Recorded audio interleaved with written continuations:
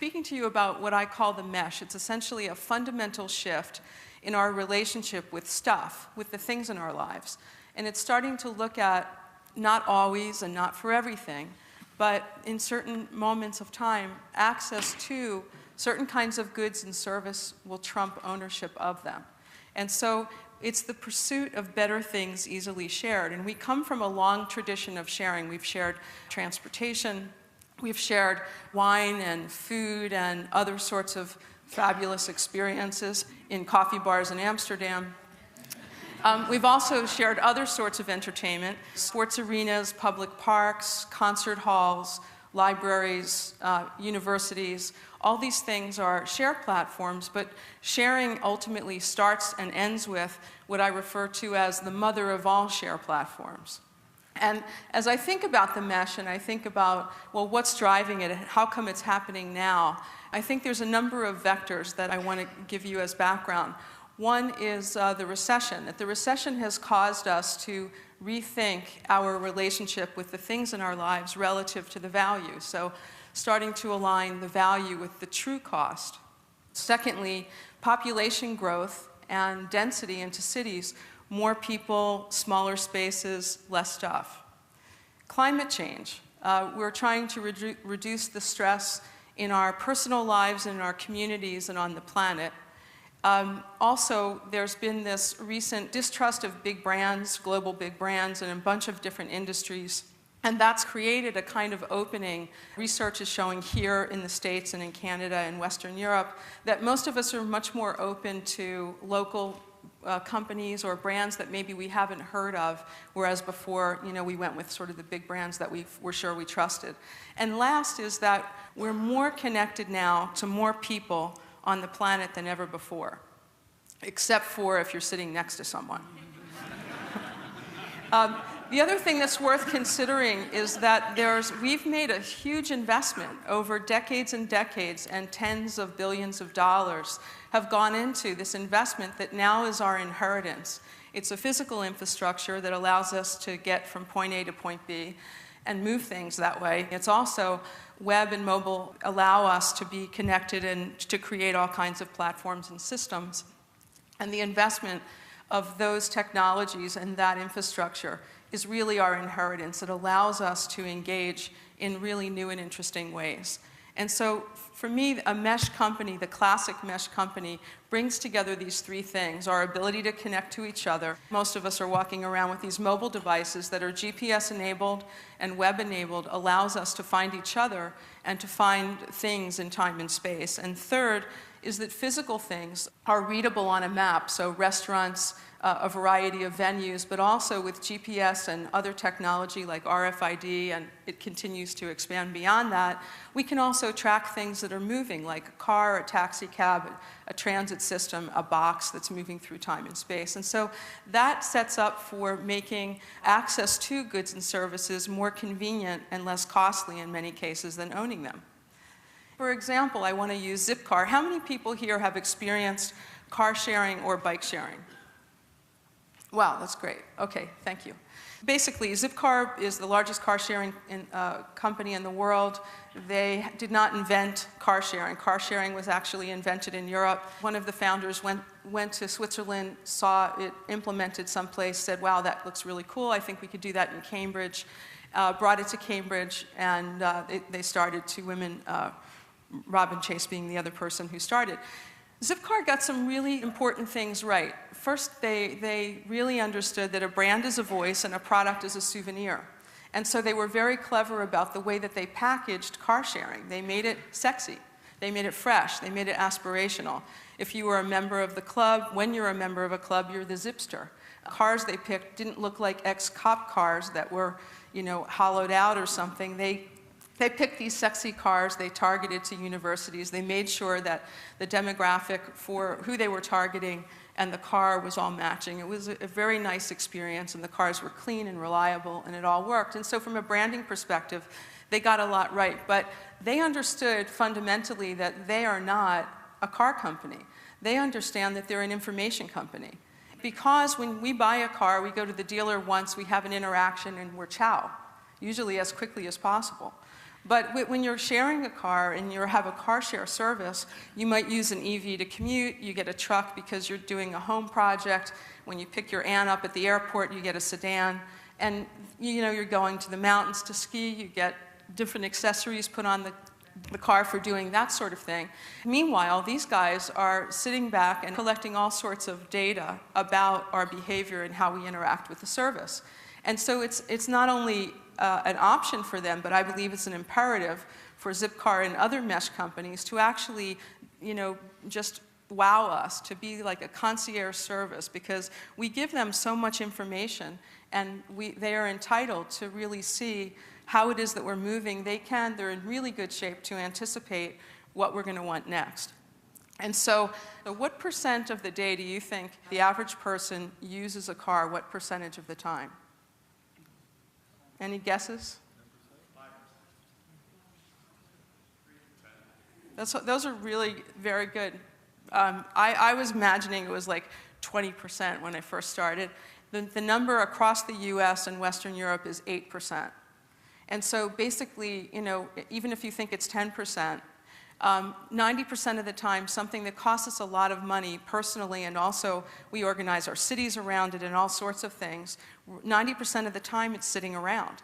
So for this reason, I think one of the other themes with the mesh is essentially that if we squeeze hard on things that we've thrown away, there's a lot of value in those things. What's set up with Zipcar started in 2000.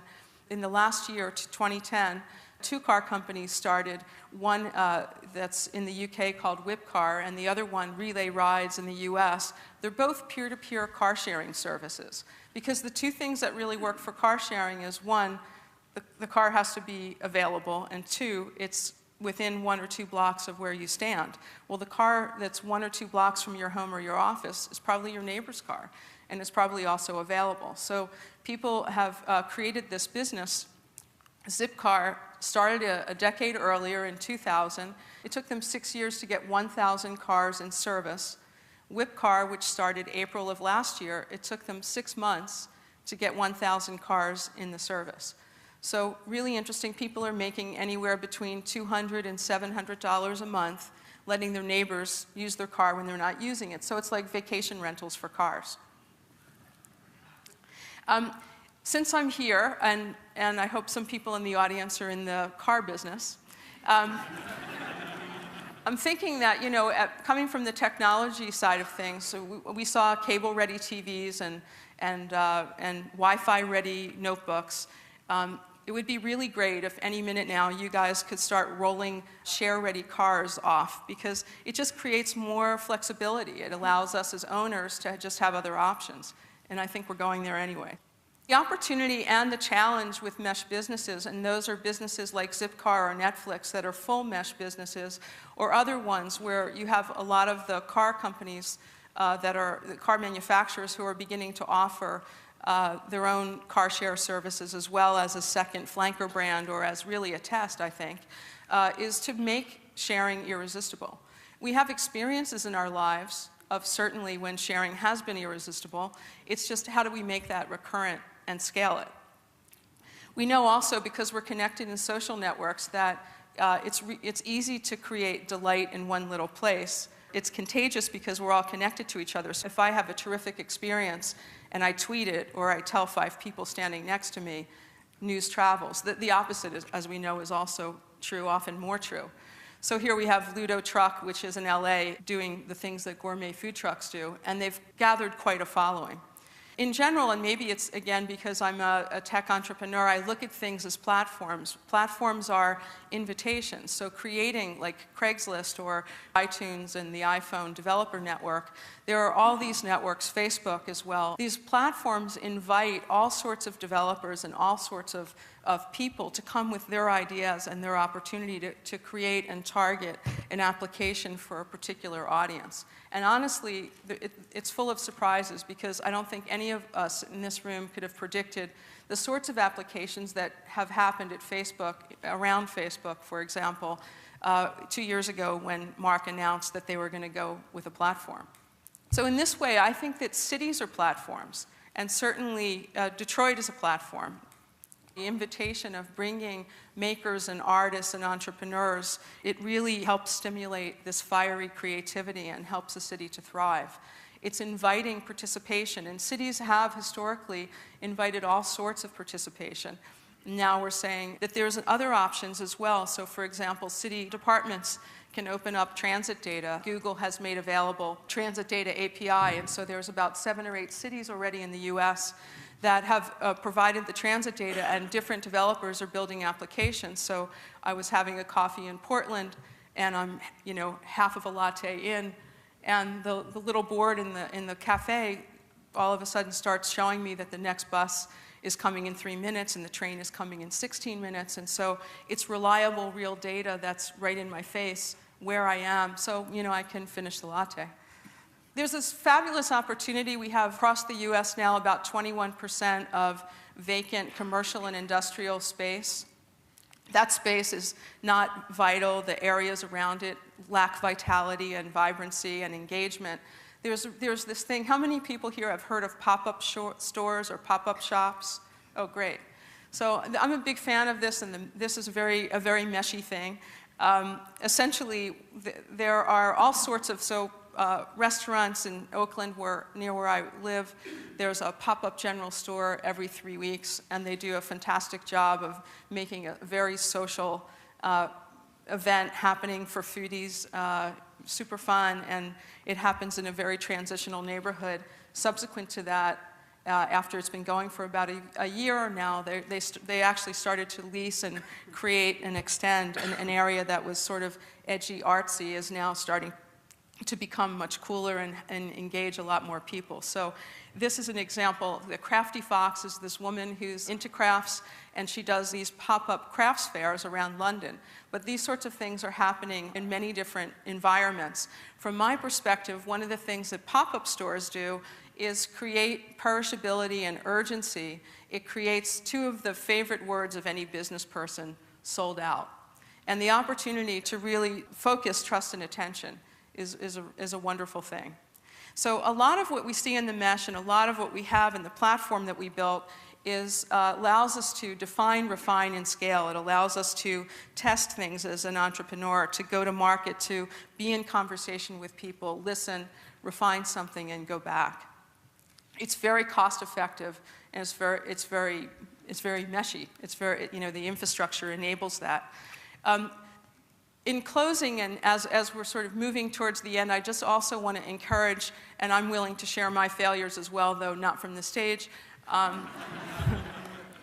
would just like to say that one of the big things when we look at waste and when we look at ways that we can really be generous and contribute to each other, but also move to create a better economic situation and a better environmental situation, is by sharing failures. And one quick example is Velib in 2007 came forward in Paris with a very bold proposition, a very big bike sharing service. They made a lot of mistakes. They had some number of big successes, but they were very transparent, or they sort of had to be, in the way that they exposed what worked and didn't work. And so, BC in Barcelona, and B-Cycle here, and Boris Bikes in London, no one has had to repeat the version 1.0 screw-ups and expensive learning exercises that happen in Paris. So the opportunity when we're connected is also to share failures and successes. We're at the very beginning of something that what we're seeing and the way that mesh companies are coming forward is inviting, it's engaging, but it's very early. I have a website that currently, it's a directory, and it started with about 1,200 companies. In the last 2.5 months, it's up to about 3,300 companies. And it grows on a very regular daily basis. But it's very much at the beginning. So I just want to welcome all of you onto the ride, and thank you very much.